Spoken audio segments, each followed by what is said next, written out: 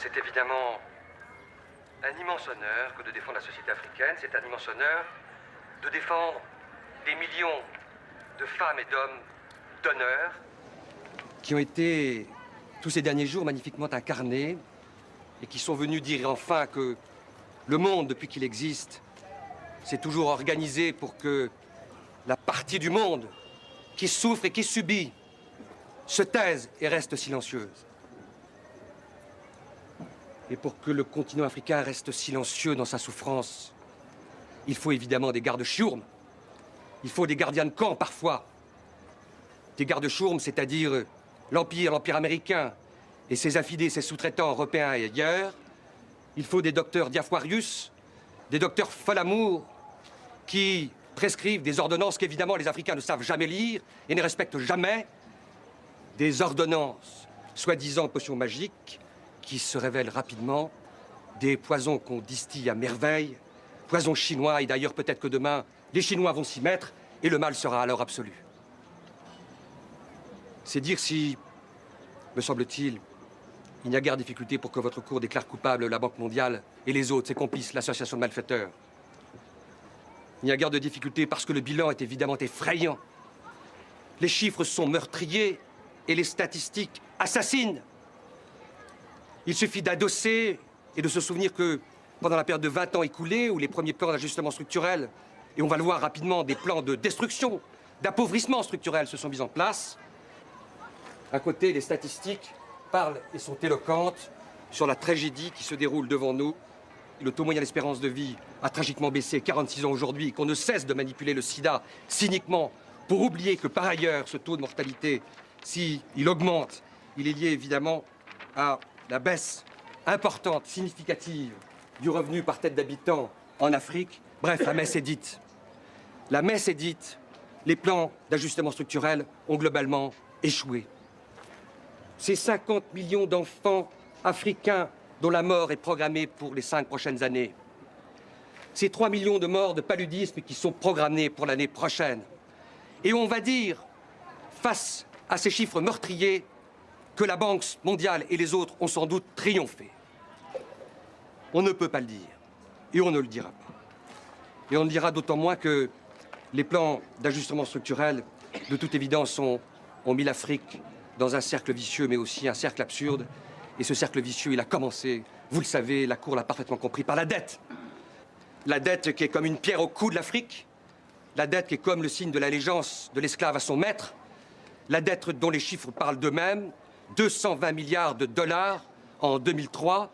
La dette dont on sait par les dernières statistiques, Monsieur le Président, Madame de la Cour, que si 4 $ par tête d'habitant ont été remboursés, 4 $ restent encore à payer.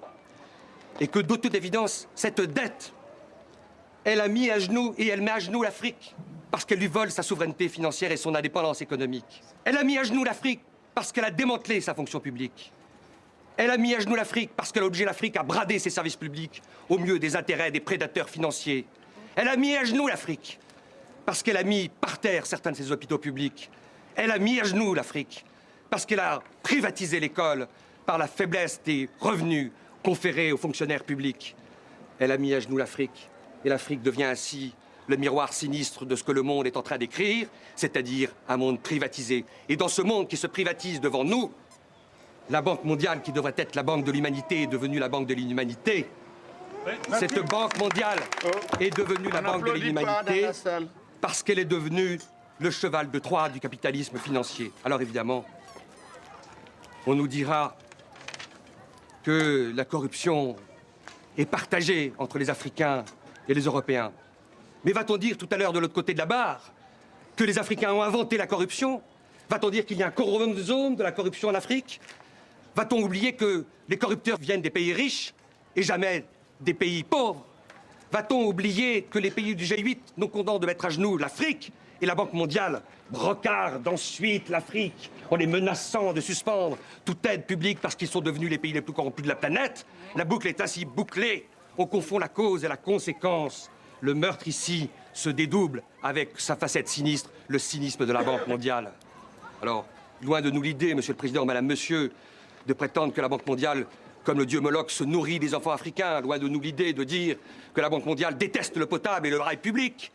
Évidemment que la Banque mondiale n'est pas animée par un instinct de meurtre. Mais la Banque mondiale est simplement la pierre cardinale, le centre de gravité de ce capitalisme qui a perdu la tête parce qu'il est devenu un capitalisme financier, un capitalisme prédateur, c'est-à-dire un capitalisme qui ignore l'intérêt général pour organiser ce qu'il souhaite par-dessus tout, fabriquer des profits à perpétuité.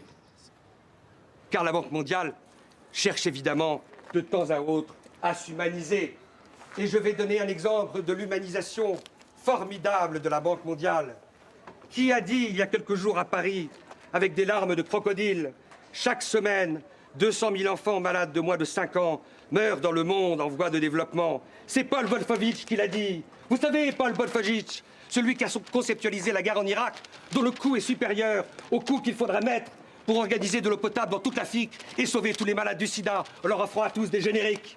C'est lui qui a fait semblant de pleurer dans une tribune à Paris il y a quelques semaines. Alors cessons ce bal des hypocrites, cessons ce bal maudit des prédateurs.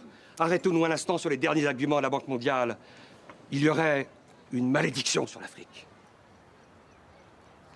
Et c'est ce miroir épouvantable que l'Europe réfléchit sur l'Afrique et qui, de temps en temps, pollue quelques cerveaux, tue les consciences critiques. L'Afrique serait vouée au malheur. La pauvreté y serait aussi naturelle que le génocide tropical, l'esclavage, le néocolonialisme.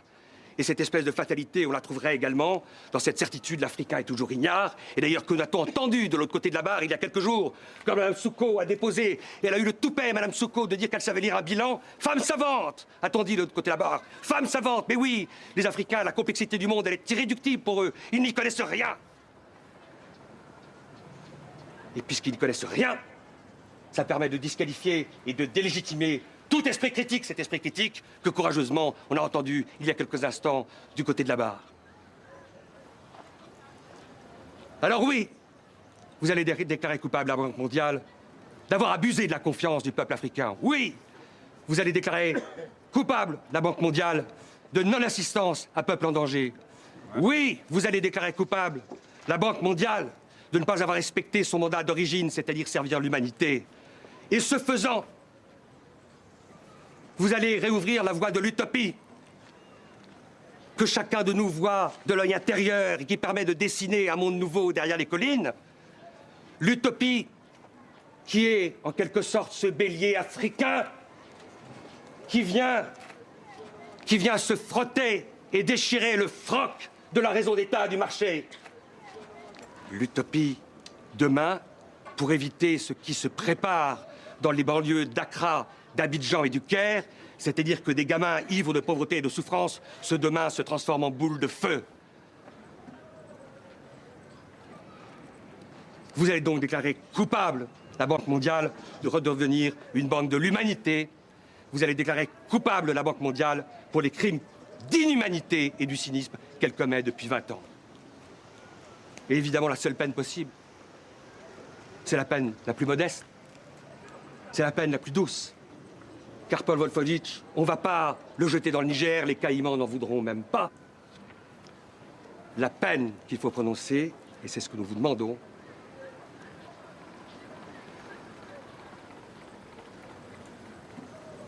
c'est des travaux d'intérêt général pour l'humanité à perpétuité.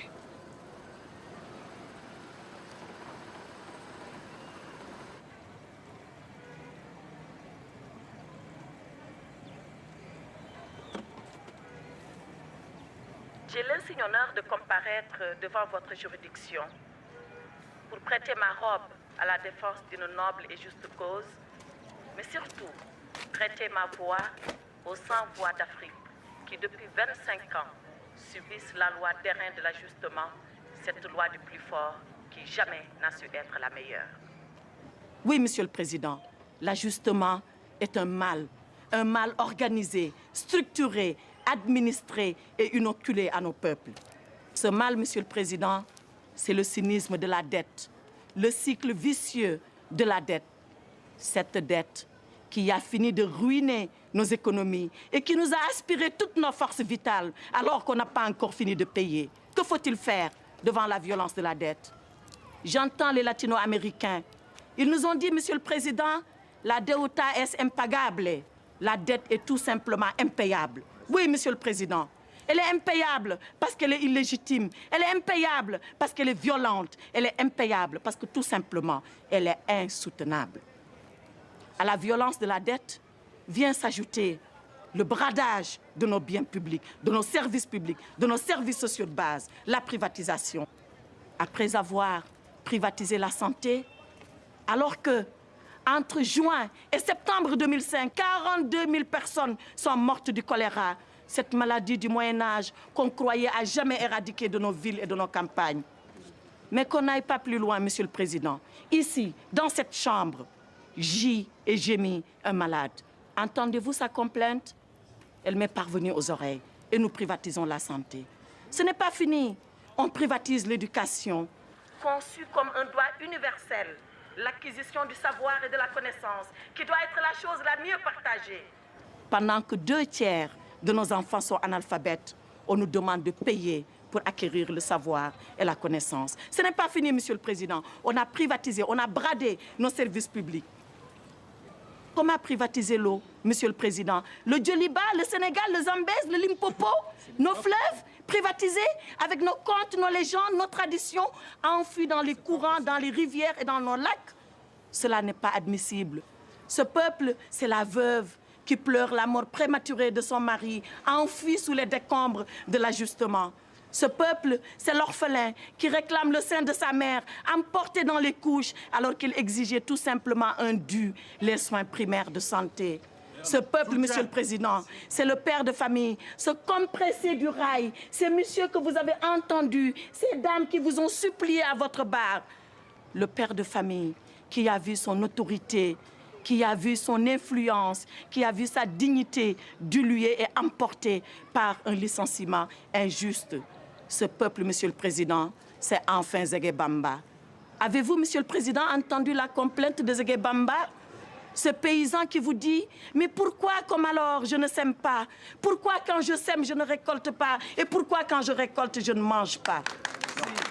C'est cette Afrique, Monsieur le Président, qui vous demande dignement, humblement, modestement, mais légitimement justice, Monsieur le Président. Alors vous la lui rendrez, sa justice à l'Afrique. Vous la lui rendrez, non pas en condamnant la Banque mondiale, non. Vous la lui rendrez tout simplement, Monsieur le Président, en renvoyant la Banque mondiale, le FMI, l'OMC, le G8, tous leurs affidés et leurs complices à leur mission première, celle-là qu'ils n'auraient jamais dû oublier et qui met l'homme comme finalité de toute action humaine. Il vous appartient, Monsieur le Président, vous, par votre plume, qui rendra la décision. Il m'appartient, moi, par la robe que je porte. Il nous appartient à nous tous, parce que c'est notre devoir de génération de provoquer et de précipiter la venue de ce jour. Car il y va de l'équilibre du monde et de l'avenir de l'humanité.